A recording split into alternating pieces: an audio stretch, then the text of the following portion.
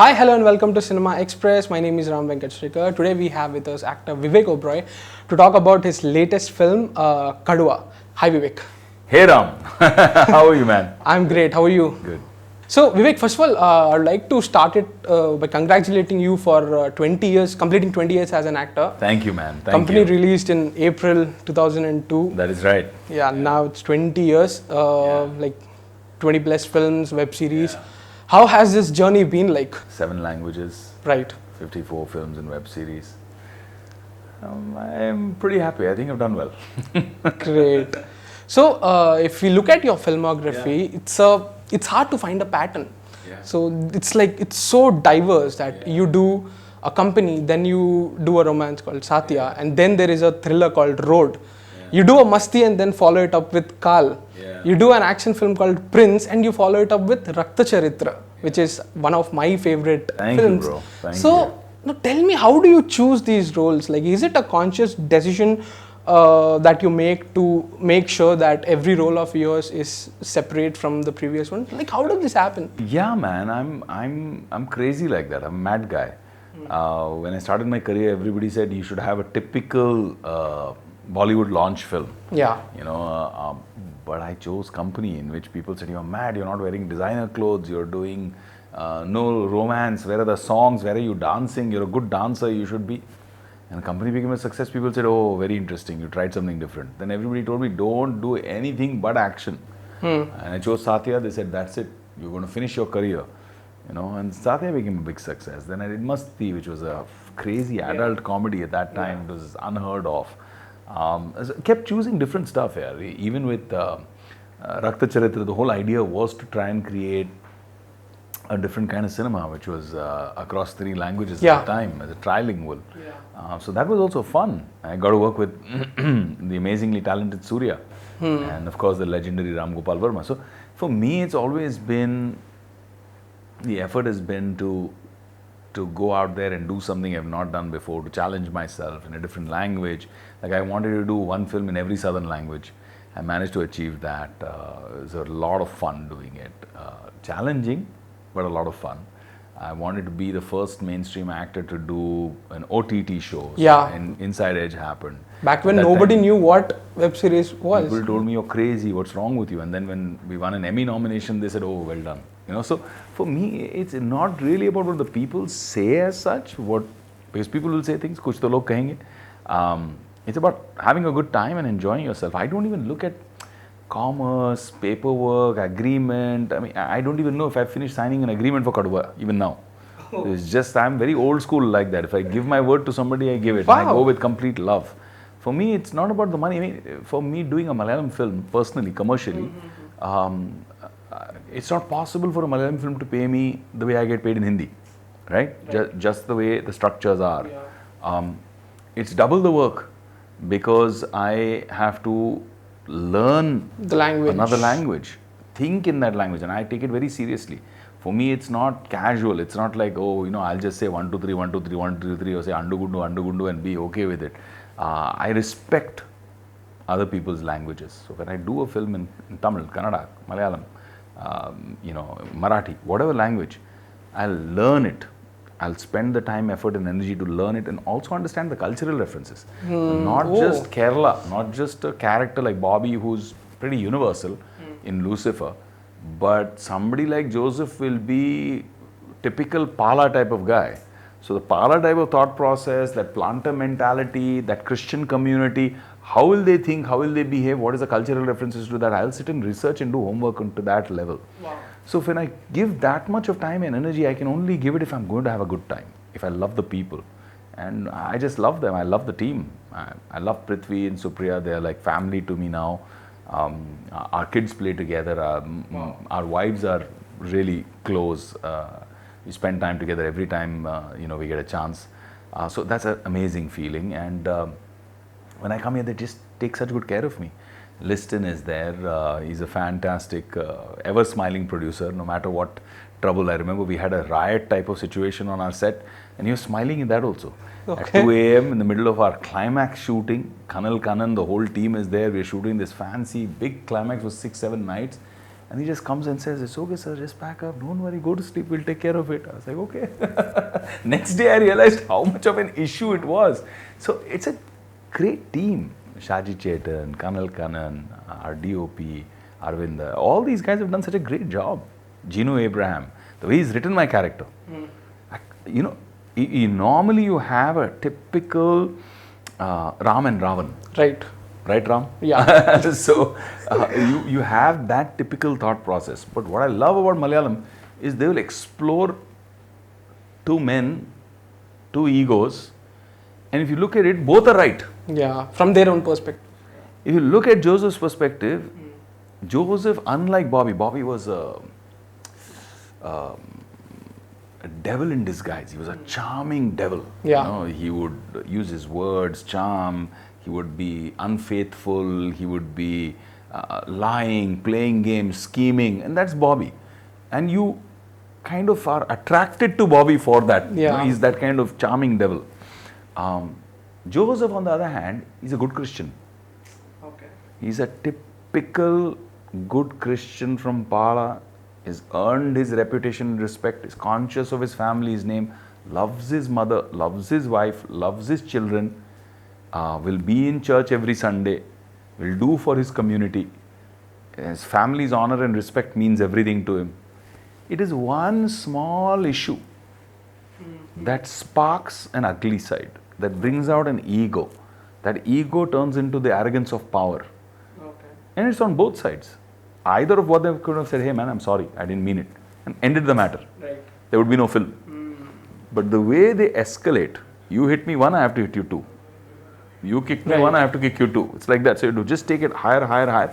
That becomes a war. It's amazing to know that an actor is having fun while also being true to his character and the culture he's representing. So can you tell us a little bit more about the research or homework that you have put into this film? Because apparently this is based on a few real incidents, right? So what were your references like? So because I didn't grow up in Kerala, I came in completely as a third party.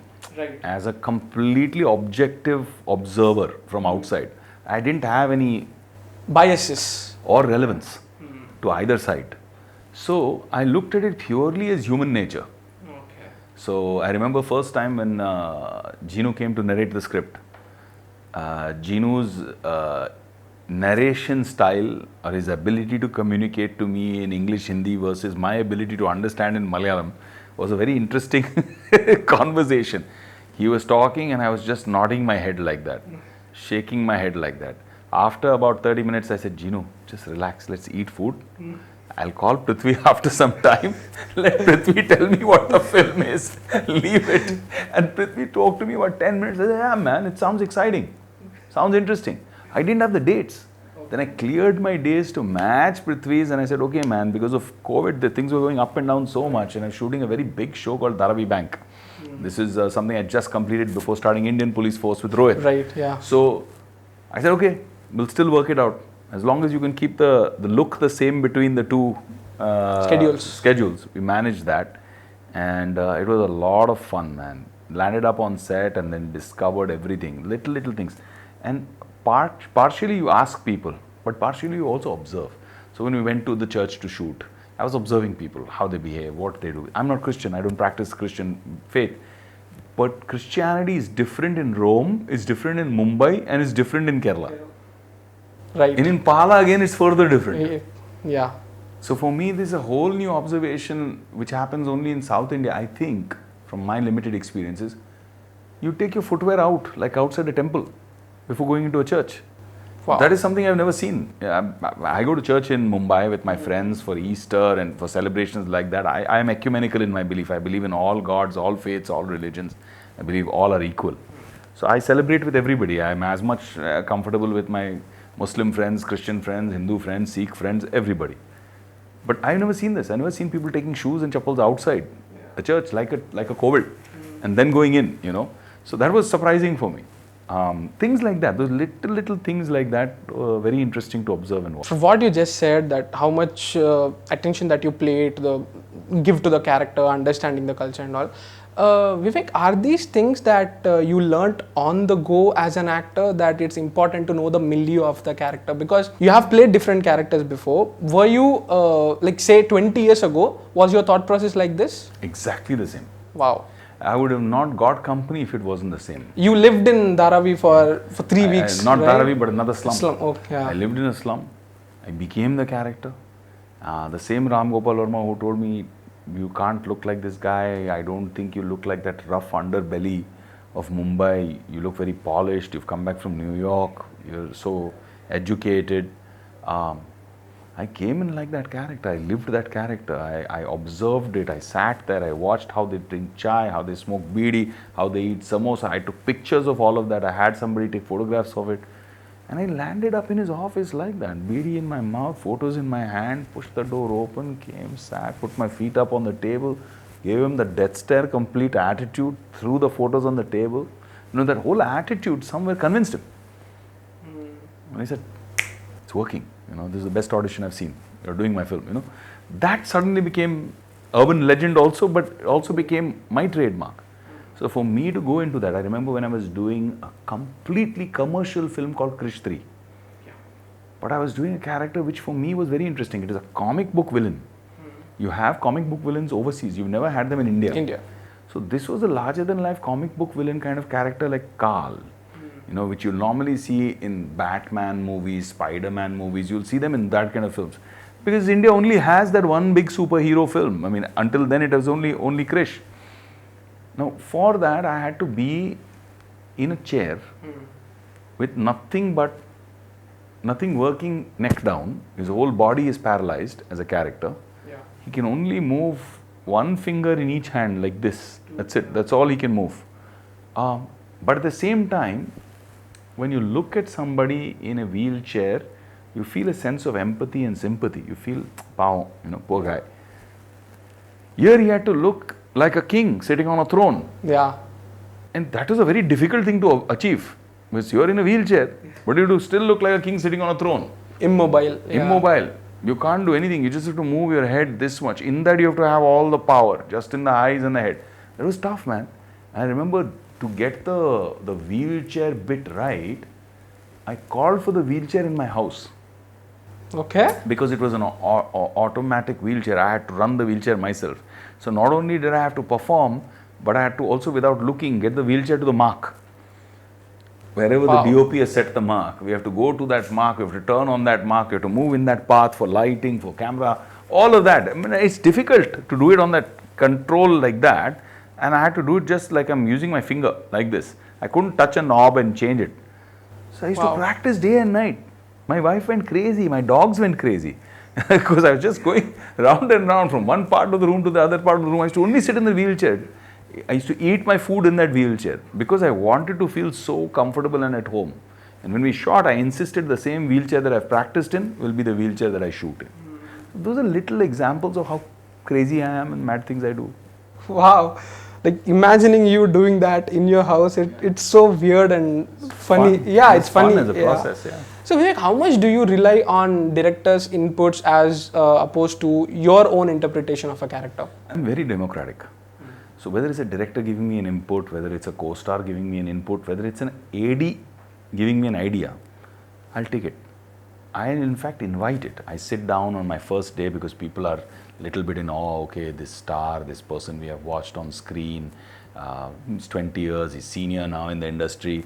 So people will call you sir and all of that, and they'll feel like a little larger than life.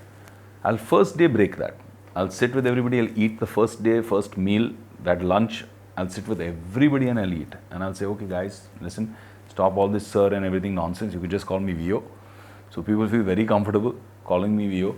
And I just say, anything you feel, tell me. I'll ask questions. What do you think? How do you think I should perform that scene? What do you think? And 9 out of 10 times it may be kachra. It may be useless. But that one jewel I'll get from somewhere. From an absolute newcomer. Can you give an example of something like that in your filmography? I'm just shooting a key emotional scene in Dharavi Bank. Very emotional scene for that character. He's a drunk, washed up cop who's lost his just will to live. And he's obsessed over one bad guy, basically. and he's obsessed to a point where he can't see anything clearly but that final obsession of that guy. So he's that kind of character. Very critically emotional moment in the film, in the series, and I still could not find a trigger point for that. Okay. You know, what is that trigger that connects the past to the present? And an absolute young girl who's a first time AD, she came up to me and she said, "Sir, what if it is, you know, that piece from that particular, you know, emotional connect from, you know, his past, if that is there and he holds it and he keeps it with him always, and we keep showing that he's playing with that." I said, "It's a great idea." Immediately we worked on it and we brought her and got it written into the whole season. Wow. You know, so like that, you have to take it, you discuss it with the director, you discuss it with the writers, and you pick it up. Like with Gino also, with Prithvi, with Shaji Chetan, I would discuss many things.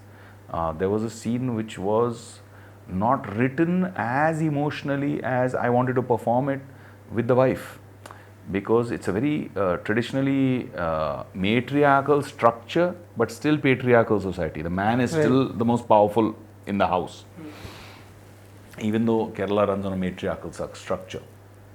But in a moment of weakness, a man who is used to the power, sheer power of being great at what he does, commanding his troops, having that success, when he has to break down and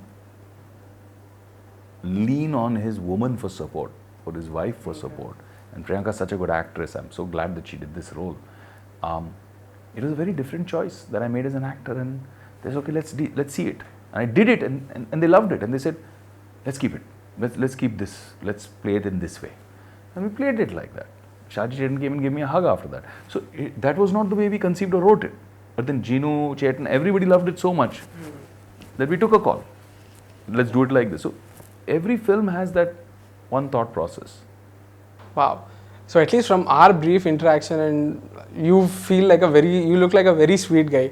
Why do you think filmmakers keep giving you these flawed, dark, grey characters? I think I personally have also been attracted to them because I've always felt that the straighter characters, you have Maryada Purushottam Ram, you know, you have that character that's can do no wrong.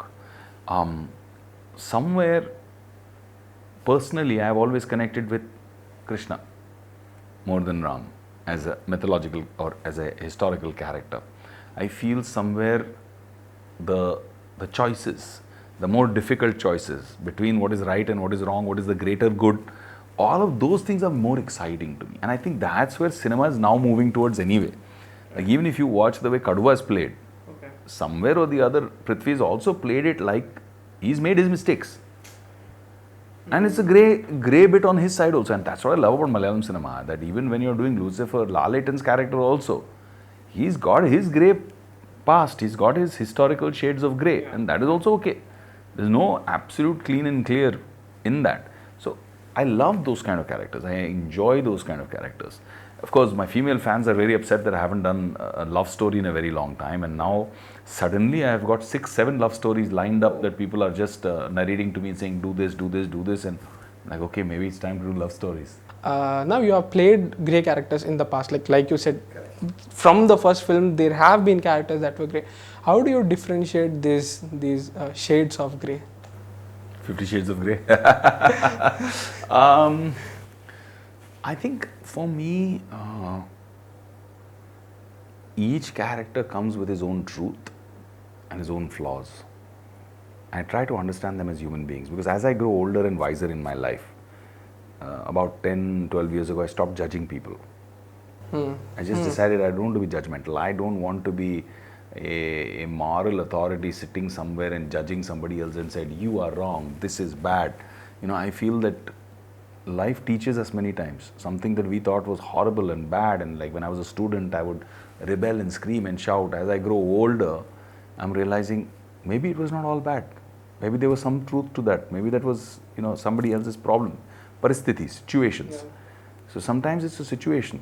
So as I grow older, I'm realizing that there is more depth, there are more layers, there are more perspectives to truth. You know, you can see truth also differently. It's not the absolute. Right. It's pretty abstract.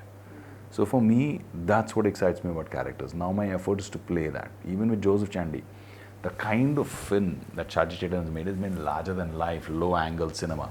But I chose to play opposite of how Prithvi's played Kaduva. Kaduva is stylized, everything is stylized. For me, 90% of the character's performance as Joseph is real. Okay. You'll feel he's in a real film. So it becomes a really interesting counterfoil when he talks, the way he talks, the way he does things. I've kept it very honest, very real. I've not played larger than life. Like with Krish 3, I played larger than life. Right. With this, I didn't play larger than life. I kept it very real. So it's a choice I took. So you'll feel like it's a complete opposite to what Prithvi's played it in the other side. Lovely. I love that you use the word low angle cinema. So thank you very much, Vivek. Even I'm looking forward to that love story. Would love to see you in a lighter. Send me a script. Remake. Thank you very much for your time. Pleasure, man. Take care.